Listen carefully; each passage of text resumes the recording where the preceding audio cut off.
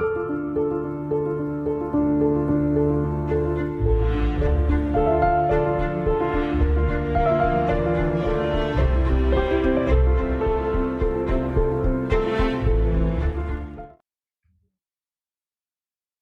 and welcome to the SJ Childs Show. I'm your host, SJ Childs, and today I'm so pleased, honored, happy, all of the adjectives to have Laura Hales with me today. Hello, Miss Laura.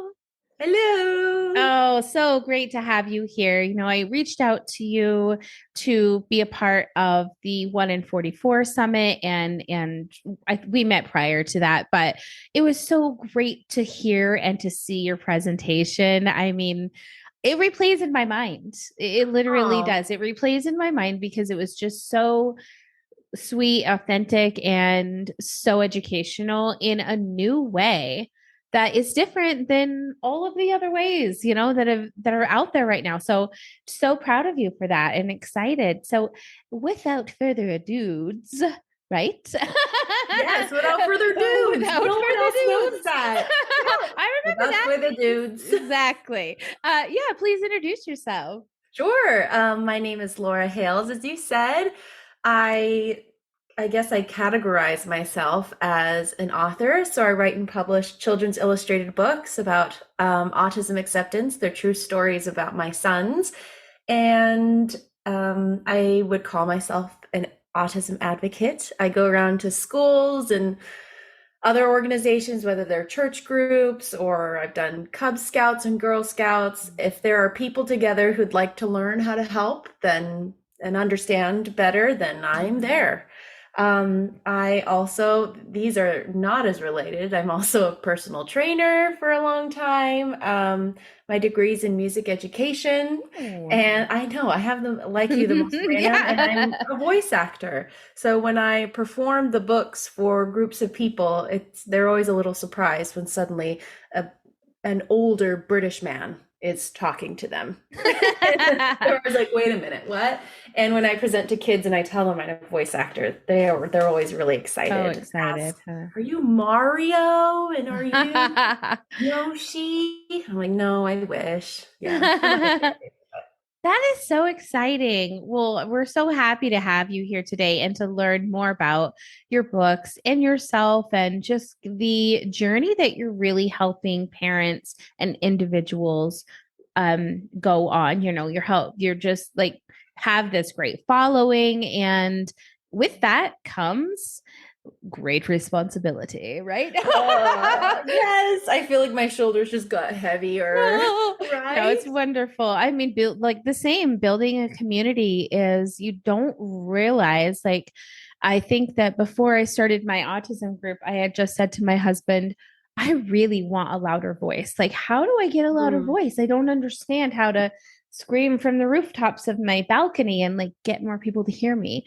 And it, had its own personal growth, which is beautiful. And now it's like people that reach out, they know and they trust me, and that there is like, not that payment is a right kind of word, but it's like, I don't know, reciprocation, like I built this group and then these people come to me and they, are relying on me. And I love getting resources and helping people with things like that. So it's so fantastic. That sounds amazing. And the same for you, like you're following and the, your videos and all of the people you're reaching. It's incredible that people can have people like you available to them. Well, and part of what I try to do is that there are so many people involved when you have a child that has special needs, whatever diagnosis they may have. And so we're constantly getting advice all the time from all sorts of different directions. And it's not like that advice is bad advice, or absolutely needed. But what's tricky is that parental perspective of, as a parent, I can understand you need to know about school, how to talk to schools, how to talk to teachers, administrators, how to not set yourself against them, but also be very firm in making sure that your child is getting, their civil rights met through the free and So appropriate much. education. Also relationships that you have with your spouse or your partner, or if you're a single parent, the toll that it can take, just parenting period, is very stressful, let alone a kid who you have to dig deeper to find how you can help them better. Yeah. It just takes more effort to find that information.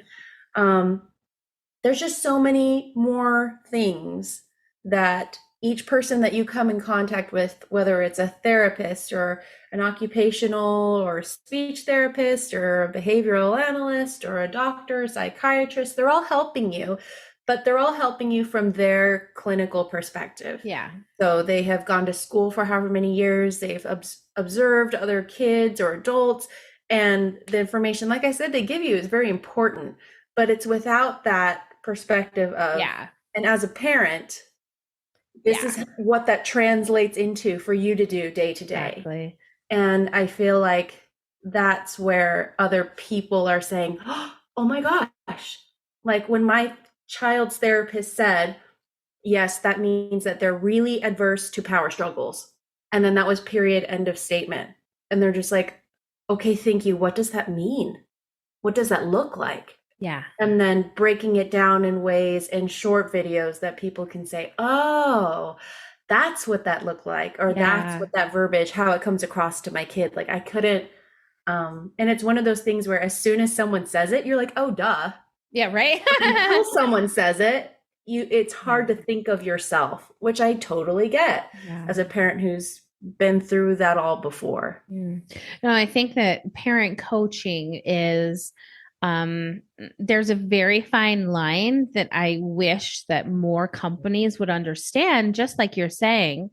It was so great that they had the parent coach come out, but when I found out, not that discriminate age or anything is a matter, but that she didn't even have children, then I was a little bit like, and it just means her perspective, where she's coming from, will be a learned, from books and other children. Like these are other children that I'm going through this experience. Observing. Right.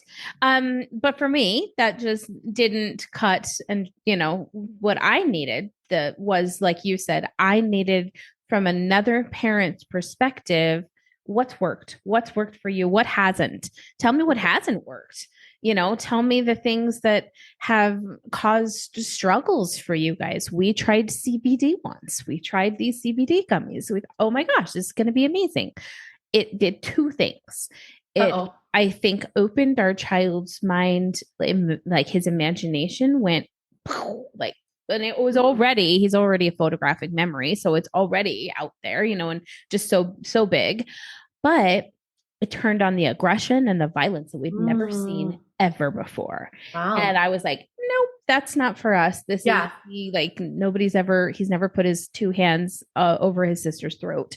And, like that's never happened. But who would know unless we share all of those informations? And that I don't hear as many not good stories as I do good stories. And I think it's important that you do hear them. It's yes, the school, the street is a great place. And so many people have such a great opportunity and things. Well, my son eloped 4 times in 2 days and he was found on a busy road. He's not going back there. Like, no thanks. Right. Oh, that stresses me out so bad. I know that happened in the past. In my head, I'm just like, and it's like, if people don't know that happened at this place at this time, it's not like bad reviews or bad information. It's real, like, cause to pause and think about, like, is this best for a child that might be an eloper? Maybe that isn't. Maybe they need to take this opportunity to make better reinforcements around their school, or, and things like that. They didn't, but that's not, I can't be the school monitor when I'm having to now homeschool, right? Right. That's true. So it's crazy. No, I think it's really important that we're able to share and a variety of different topics. And I love that you do too. And you dive so deep, and they're real, and they're real things that families are going through. Like you said, it's not like, oh, someday when your son might go to college, here's what might happen, and you're like, he's 7. Like, I need to know what's happening now. Like, what do I do for home lunch or school lunch? Like, what do I do here and now for the things I need? So when did your journey start? When did this all start for you? Oh, that's a good question. So for me, with my own kids, I'd say my oldest was maybe a year to 18 months ish when I had a lot more questions and just a lot more things when I am around other people and looking at how they parent and the response from their kids, I'm like, I know I'm following through. I know I'm being super consistent. And yet it seems like there's an inability for him to attend and to really comprehend and understand. Mind you, he's very young. So then you also have these doubts of, well, I'm a first-time parent. They're really, really young. And you have very well-meaning people, when they hear your concerns, just say, oh, well, boys always take longer to develop. And, boys are kind of hyper. and that's I'm not offended by that anymore. That used to be incredibly isolating, and I would find myself feeling really depressed and down on myself when people would say those really well-meaning things. I have quite a tolerance for that now. I just appreciate that they are trying to say, I love you. I am sorry that you are having a hard time, is what I kind of translate as they translate to myself. But as I mentioned earlier before the podcast, I just remind myself that, but also that's not going to be the person I bring really vulnerable feelings or experiences or information to. And that's okay. I don't take their lack of understanding personally. People are good at things and not good at things. You ask me to bake something and I will bring you a DiGiorno pizza.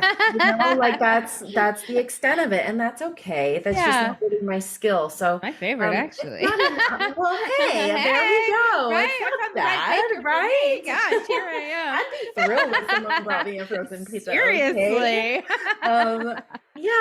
So it's not personal, and the more I understand about my kids, being that all behavior is communication, and it's extends not just autistic children, it's all people. That all behavior is communication. So that applies to even those people, you know? Exactly. So I'm so much more flexible with, I guess, my standards of how I view people and how I judge them. And that doesn't mean that everyone is my best friend or that I am in an emotional place where I can be really close and vulnerable with a lot of people. But I don't think they're bad people. I don't think that they're maliciously, saying cruel things. I think it's so nice to be in a place where I can look at someone's behavior and just say, oh, they're probably really sad. And that's okay. And it's the same for my son when he is maybe kicking on the ground. I'm like, ooh, he's really mad. Yeah. And I'm just able to see the emotion rather than, I can't believe he would disrespect me like this. Oh, right. So rarely. I don't know if it ever has been about me. Yeah. It's not about me. 100%. He's really upset. And so when you can, because I can understand that. It's so hard not to take that personally. But when you can separate those two things, it leaves you free from, I don't know, trying to decide how you should feel about your child, air quotes, disrespecting you like that. Like, how do I make them understand that it's not okay to talk to me like that?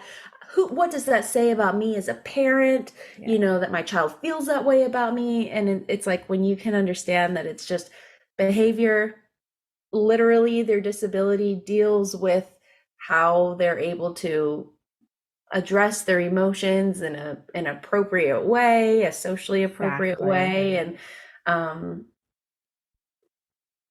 I agree. it's so nice to just be able to say, like, you need help.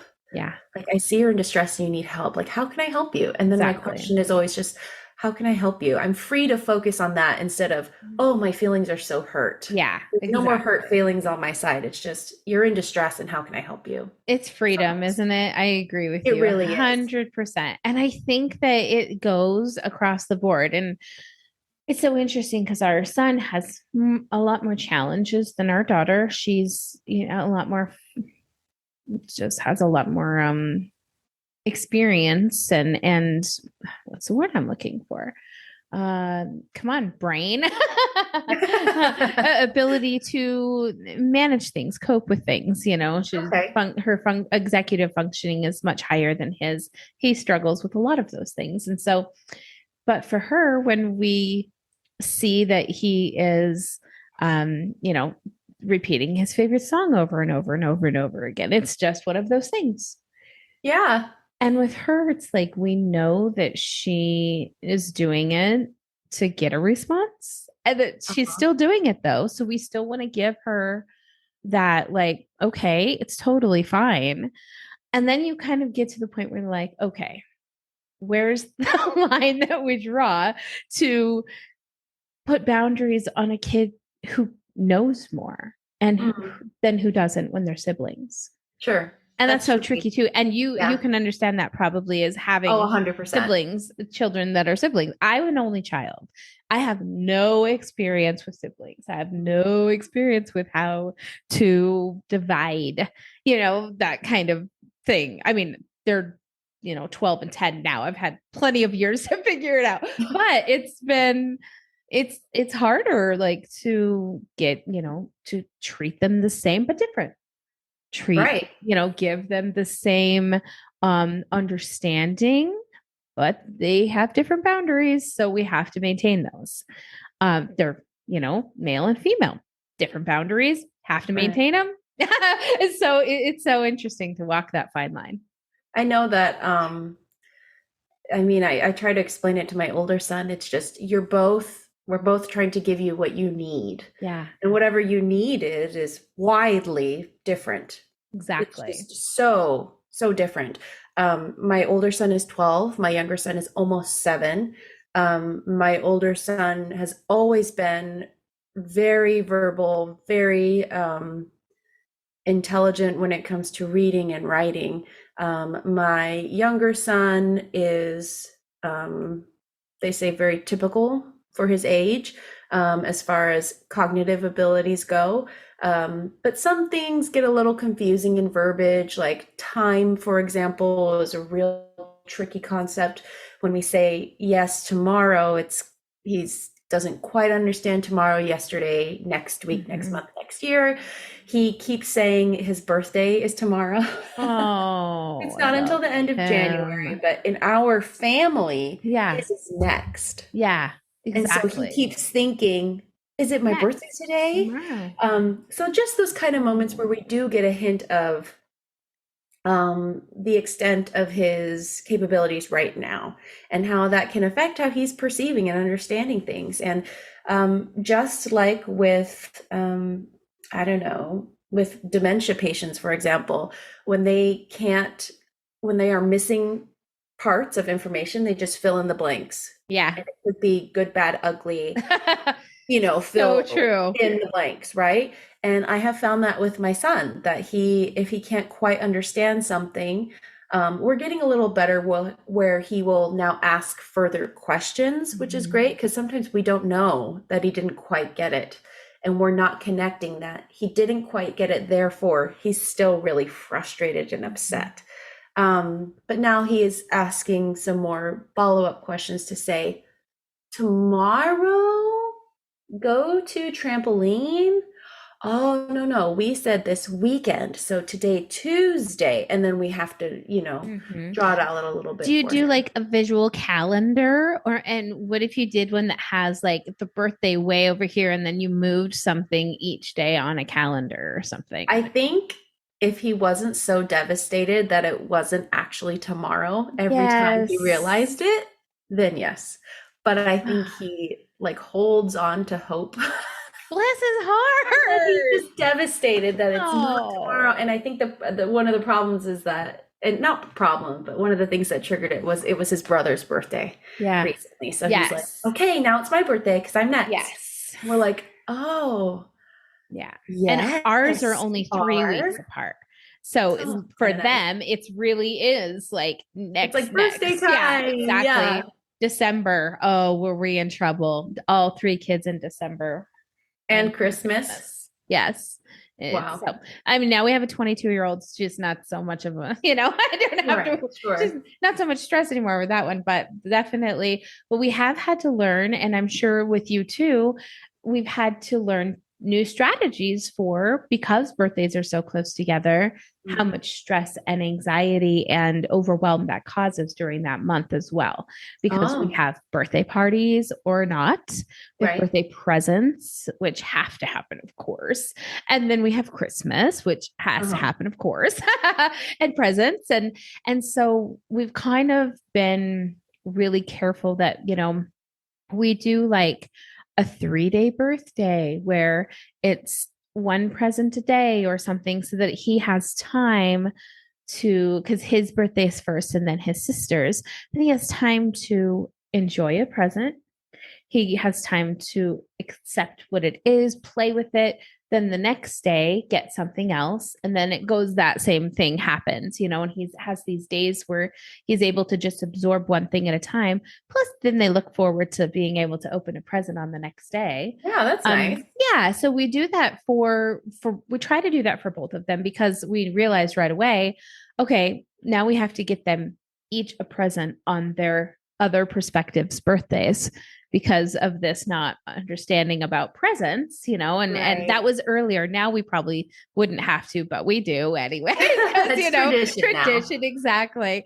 But like for Christmas, we last year we did the 12 days of Christmas. And I mean, some days it was like socks and toothbrushes or something. It didn't have to be like a new bike, a Yeah, new yeah. bed, right? It didn't have to be Yeah. crazy. Sure. Who could do that? But it makes it so much easier for processing in our house, for not so much overwhelm. And then it extends that excitement out for so long too. Yeah, So that makes sense. interesting, I love fun that. I things to love that do, that right? works for you. Yeah. Yeah, yeah. I think before our daughter, we with our oldest daughter once we did a random Santa where we wrapped everything the same, everybody's presents the same in the same wrapping paper, and then just equaled them out, divided them equally between everyone. And so like our daughter, would open up like dad's tools for work, and then we'd all laugh What? because it was dad's tools for work, and Oh, she'd give it that's so to him. sweet, though. Yeah, it was really just fun. I don't even know why I thought of that right now, but yeah, just a fun way to just mix things up and make it like we laughed so much that day. We just laughed about getting each other's presents, that didn't have anything to do with us. So it made it really, yeah, different and exciting. That's But really sweet. we couldn't do that nowadays. Like now that would be a little bit too confusing for Mm, DJ probably to get his sister something that it belonged to his sister, might sure. cause a little bit of upset. In fact, so got to strategize those things carefully, don't we? That's true. Yeah, definitely. So when did you decide to write the books? I so the books are based on true stories, and we have these events in our lives where we get to see the best and the worst in people sometimes because we Mhm. are really vulnerable when we're out in public and we have something happen. And our kid's having a hard time. Generally, when he's having a hard time, it is not a quiet experience. It is quite an attention, Yeah. very dramatic moment. And so sometimes it's not great stuff. Sometimes people are laughing. Sometimes, people are just looking, and that's not always maliciously. It's just, it's very loud. What is that happening over there? But then every once in a while, we have somebody from the community that just steps in and does this very small thing that just meets our needs and is very compassionate and kind. And you can tell to them it's not that big of a deal, but to us, it just made our, our everything.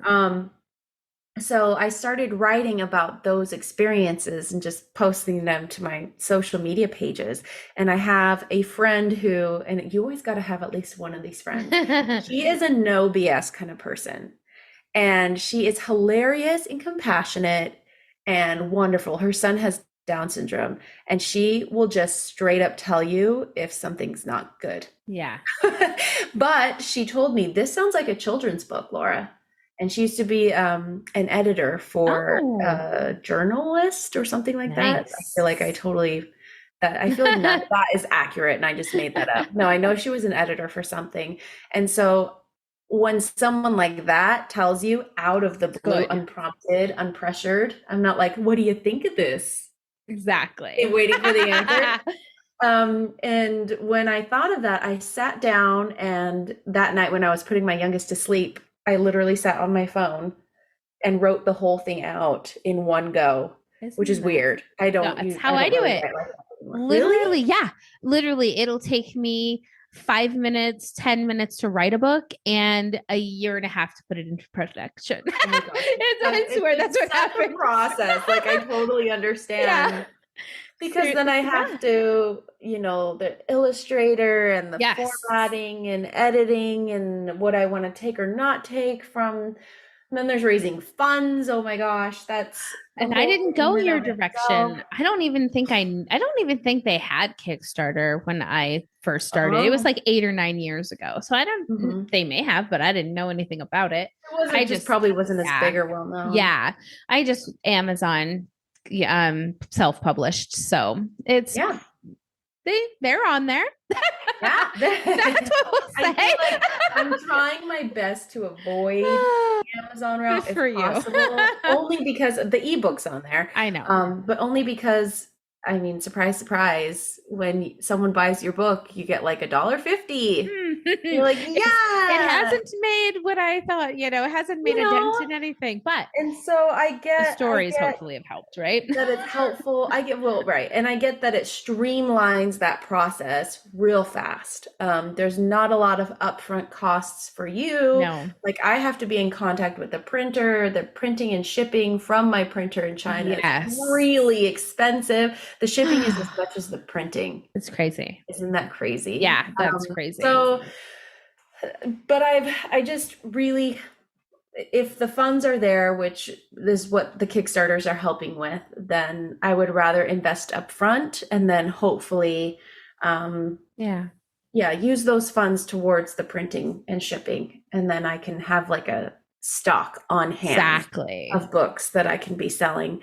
I hope I don't have to go. But I get it. Right? And a lot of people do it and push really hard for their ads on Amazon to be successful. I know that's a big thing in the self-published community. How can I do that? Maybe I should ads to be successful. I haven't really had much luck with ads on anything, to tell you the truth. I haven't Facebook,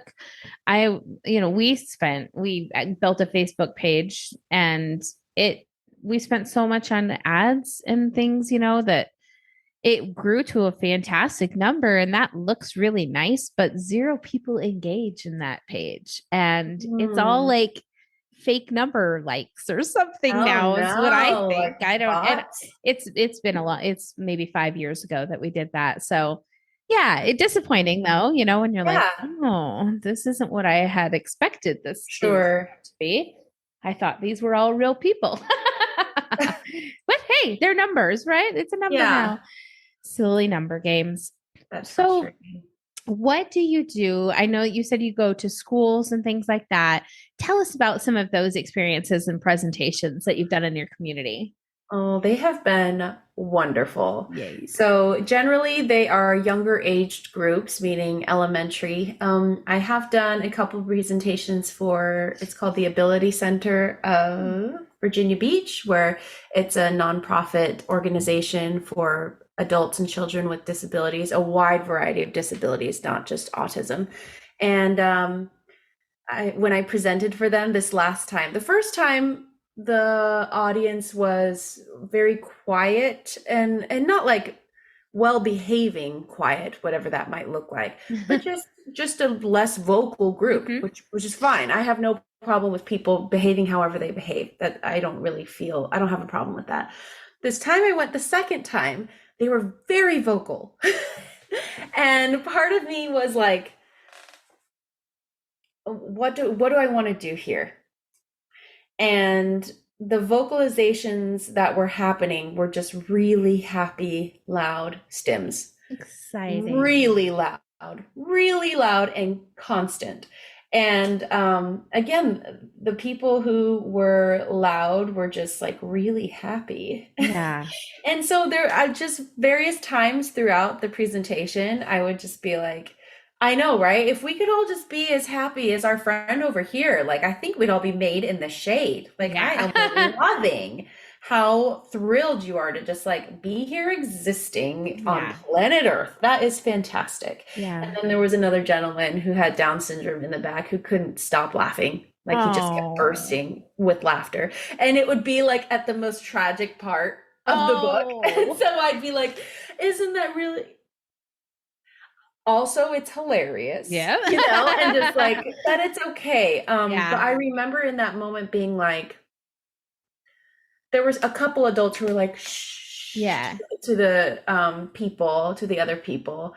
And I remember saying, I have the opportunity to kind of set the tone here Yeah. for what I am expecting. And I see nothing disrespectful happening in this situation. So I felt really lucky that out of all people who could be in this position of you should behave this way or this way, that it was me. And then I could be like, you're good. Yes. I'm just going to use my mom voice. It's very loud and projecting. Exactly. And every once in a while, because not just completely ignoring them, like we all know this is happening and it's in that it's getting in the way a little bit of being able to hear me, but also that's okay. We're still, we want you to be here as you are. Definitely. And you're not being disrespectful and you are happy and you are vibing. And then That's to have so people, cute. for example, right in the middle, just like stand up and like walk right over to me and be like, I need the garbage. I'm like, oh, cool. You got tissue, just put them in the garbage. I think it's like, and that's not a big deal. Yeah. Yeah. And I love being that. like, doing what a good what example. you say you're going to do. Exactly. Instead of just like saying it and then in the moment be like, okay, if we could all just yeah, right. You can all listen to me, but I can just be like, yeah, that's exactly what I'm talking about in my book. This is how we do it, y'all. One of my other absolute favorite experiences that happens usually in every classroom, where I don't ask anybody within the classroom if they are autistic or not. I feel that puts people in a very uncomfortable position, especially as children. Yeah. So I don't want anyone to feel like they have to, or I should have, but I didn't know what to say. So I don't ask. But more often than not, autistic children self-identify. And so they'll say, oh, me, I'm autistic too. Like him in the story. And Alex's headphones are pink, mine are purple. See, look. And they pull them out of their backpack and they're so proud to show all their classmates, like, yeah, me too. And for me, and so there's been a couple times where I said, well, if you're comfortable with it, I don't know that I'm autistic yet. So you're the expert here. I'm just talking about what I have observed and what I have come to understand from observing my kids. So do you feel like what I've said is accurate? Like, I kind of want to hand you the mic and say, like, tell us some more if that's okay with you. Just knowing that she's the one in between her and I who has the not upper hand, but just I don't want her to feel like she should be told by other Yeah, adults like firsthand how she knowledge. thinks, how she feels. Yeah. This is what you experience, right? But Yeah. once she identified herself, it's like, I love it. You tell me. Did this Yeah. sound right to you? Is this what you experienced? And so she was like, yeah, and the one about sound, that's one that really bugs me. You know how I self-soothe? One of the things that I do is I have my pet snake at home and it lays over my neck. And I was like, Ooh. ooh. And I was like, Yeah. I'm so glad that works for you. I think I would scream, but I'm so glad that works for you. And that's really cool. And it's just so wonderful to Yeah. see them feel proud to be Yes. autistic. And, I don't know how often, I don't know, maybe they talk about a policeman or they talk about firefighters or doctors and nurses, and other kids might be like, oh, my dad's a doctor, or when I grow up, I want to be a, whatever it is. I don't know. And that's talking about professions, but just ways that people identify themselves, which is often Yeah. professions. And how often these children are just like, well, can't really relate to that like idea. Yeah. Like and I'm gonna be some of them 50 absolutely things. make me. Yeah. That, or like maybe their dream is um like I want to be a comic book writer, or I want Yeah. to be um I just want to eat cake every day when I'm older, that sounds right? amazing. I am all about that. But for them to see characters in books that are like, yeah, that's Mhm. how it has been for me. Yeah. And to see other people supporting them, and then as non-autistic people to see what are really helpful ways you can actually meet Mhm. someone's needs versus I understand how awkward it can be. I don't know what to say. I don't know what to do. I don't want to say the wrong thing. I don't want to make Yeah. it worse. I don't want to be insulting. Um, and just giving people ideas of this Hmm. would actually be really helpful. I feel like is what our books are trying to help people understand. Absolutely. Well, I think you have one next to you. So hold it up so that we can see Ta-da! it. Alex, the drummer, and the drummer. Yes. Oh, and I love it. Alex I'm and the so glad that drummer. I got to see it. And I'm sorry I don't have my own copy up here. I'll have to do that Soon. soon. But yes, it is so beautiful. And what a gorgeous story. I love, it, like I said, Thank it's so you. different because of the direction that you come from in the story. So I'm not going to give it away so that people go and check it out because it's So sweet. seriously, it is such a beautiful book. It has such a beautiful message. It's really, when I say, and I know I put this little, sticker in your comments the other day, be the change that you want to see. That is what you're doing. You are putting Oh, I'm in the trying. information in front of the people who need it to make the changes that we need to have in our society. So, congratulations, Yay. And bravo to can I you. tell you, I'm sure you have this happen too, but when I am not being as monetarily successful as I maybe hope. Yeah. And I'm like I said, maybe you've experienced this too. I have people that message me that I've never met before Yeah. who just say things like, I have new ways of understanding my grandson. Yes.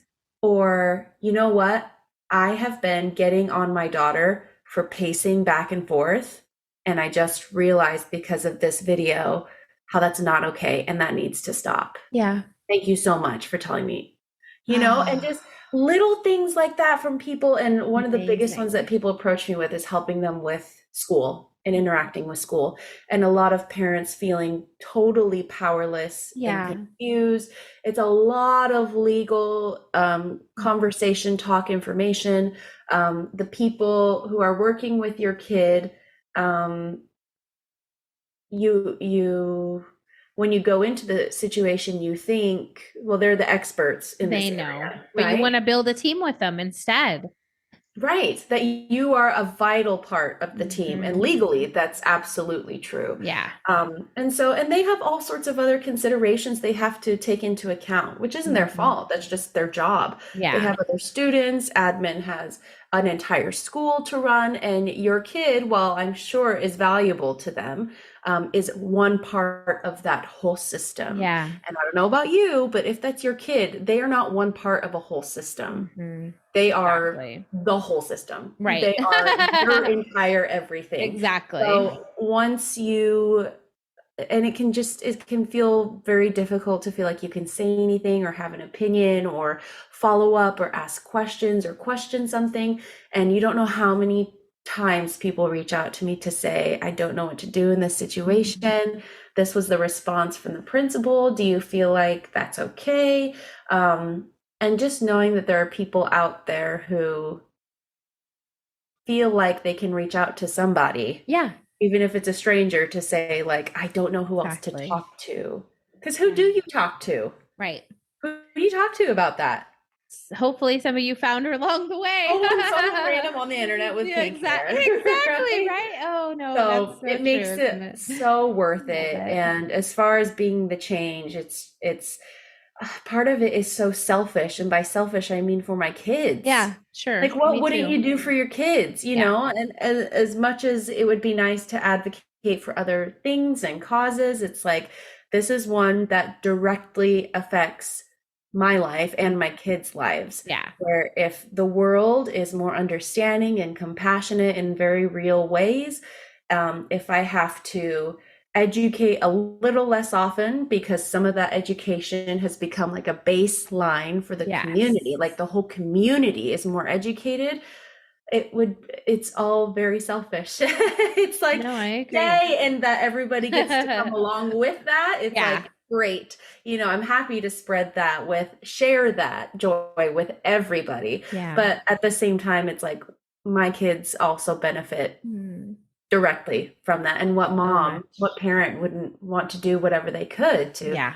build that kind of community for their kids? Yeah, absolutely. No, it's so great too. And I think that probably a lot of moms don't know how and maybe haven't had the same luck that you and I have had in um being kind of like the leader in our community that we're building and really have people rally around us and like unexpectedly. Like I literally didn't expect to, have been in the positions that I've been able to be in because of all of this community building, because of all of the advocating and all of the experience that, like you said, I'm trying to make the world a better place for my kids to be in. Not me necessarily. Like I think that I'm already old enough that I've I've already figured out how to strategize the things that we're still trying to help our children figure out how to Right, strategize. So, but we definitely will teach them better ways to do it than, than we right. were taught. A little less Oh, trauma involved would a be lot great. less. Yeah, like a Right? 0%. Thank you. Yeah, That'd be yeah, great. yeah. Agreed. Oh, so much. Well, I don't even know. I don't even want to end this. Like, can we keep just going for another 4 hours? Oh, Um, sure. it's been so great to have you here today. And I mean, I'd love you to come back on when the second book comes out. There's so much more we can have you back on to talk about, just about your videos. Like, girl, you're stuck with me now. Sure. I love it. It's a good stuck. Yeah, absolutely. It's fantastic. And I'm really proud of you. And I'm Thank you. excited to see all of your growth and progress and excited for your boys because they really are the ones who are getting the most out of this for you, Right. from you Right. rather. Oh, So that's nice. yay. And your husband, you all get that more understanding Will and more you tell perception. him that? Yeah, exactly. Can Huh? you clue him in? Can Start you write a little note the that's like, husband club. you're so freaking lucky to have her. Exactly. XOXO universe. I I'm love it. just I kidding. love it. He's great. I feel like in any kind of paired relationship, you're always more picky of your partner than anyone else would be, but you're always more complimentary of your partner than Isn't that everyone the else would truth? be, you know? Isn't that the So truth? I do the same thing. I give him a hard time, but I do the same thing You too. have to. Absolutely. You have to. Oh my gosh. Well, it's been such a pleasure. Tell us where we can find you. Give us all the juicy places to go. Oh, so many. So on Facebook, my Facebook group is tinyurl.com/the drummer stories, or you can just look for my name, Laura Hales. My bookshop is http://alexandthedrummer.square.site. I do have a TikTok, Laura Hales 28. I do have another TikTok at the drummer Ooh, stories. I know it's a I gotta whole find you because there. it thinks I still live in Korea thing. Okay. Bummer, right? I have an Instagram at the drummer stories. If you're unsure of where you can find me, if you just search either my name, Laura Hales, or at the drummer stories, you'll find me. Perfect. Oh, You'll I find. love that. We My will pink hair find will you. follow you everywhere. That's fantastic. I'll make sure to Yay. have all of those links up on the screen down in the description box. And we will be so excited to have you back on again in the future. Laura, thank you so much Thank for you. all of this amazing conversation today. And I hope that everybody enjoys it and goes and checks these books out. Check out her videos because they're changing people's lives. And I wouldn't recommend somebody that I didn't truly believe in anyway. So Mhm. bless your heart. Oh, Thank you so much for being here today. thank you. And we will be in touch.